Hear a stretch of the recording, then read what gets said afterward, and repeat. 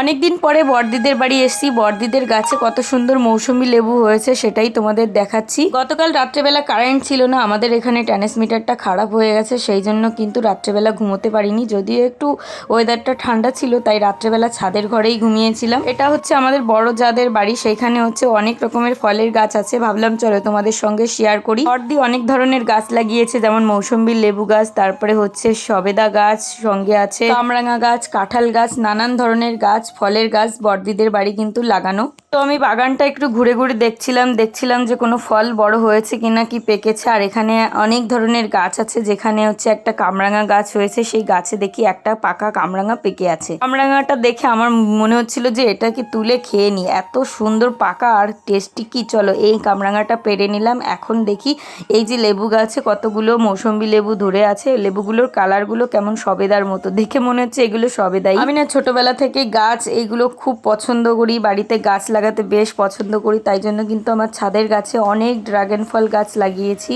ওই জন্য অনেক ফলও পাই। তো নানান ধরনের ফুল ফল দেখে মনে একটা আলাদা শান্তি লাগে। যারা গাছ ভালোবাসে তারাই একমাত্র বুঝবে এই ভালো লাগাটা কি জিনিস। বড়দিকে প্রায় 2 বছর আগে আমি একটা ড্রাগন গাছের গাছ দিয়েছিলাম, কিন্তু উনি না লাগিয়েছে মাটিতে, সেইভাবে হয় না, কারণ রোদই আসে না, তাই জন্য কিন্তু গাছটা একদম নেতিয়ে পড়েছে, হয়ইনি। আজকে বড়দিদের বাড়ি আসার একটাই কারণ আমাদের বাড়িতে কারেন্ট নেই, কিন্তু বড়দিদের বাড়িতে আছে। আর আমাদের প্রিন্টারটা গত 1 মাস ধরে নষ্ট হয়ে আছে, কোনো মিস্ত্রি এসে ঠিক করতে পারছে না। আজকে এসে তাই মিস্ত্রিকে এনে এই বাড়িতে কাজটা করানো হচ্ছে।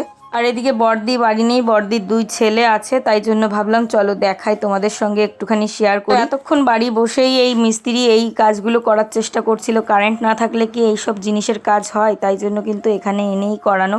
তো এখানে বসে ওর বাবা আর মিস্ত্রি মিলে কি না কি দেখাদেখি করছে। প্রিন্টারটা একদমই খারাপ হয়ে গেছিলো, একদমই জেরক্স হচ্ছিল না, তাই জন্য কিন্তু অনেক দিন থেকে একটু সমস্যার ভিতরেই ছিল। দেখবে একটা মানুষের কাজের জায়গা যদি ঠিক না থাকে, মন মানসিকতা ভালো থাকে না, তাই জন্য কদিন থেকে ওর মনটাও ভালো ছিল না। প্রায় 1-1.5 মাস আগে থেকেই এই সমস্যাটাই ভুগছে, কোনোভাবেই ঠিক হচ্ছে না। আগে থেকে টাকা পয়সা দিয়ে রেখে দিয়েছে, তারপরেও কিন্তু মিস্ত্রি আসছিল না। এই প্রিন্টারটা এতটা ডিস্টার্ব করছে কি বলবো। 3টে মিস্ত্রি এসে ফিরে গেছে, কোনো পার্টসপত্র পাচ্ছিল না। যাই হোক ফাইনালি একটা পার্টসপত্র পেয়েছে, সেটা দিয়ে আজকে ঠিক করা হলো।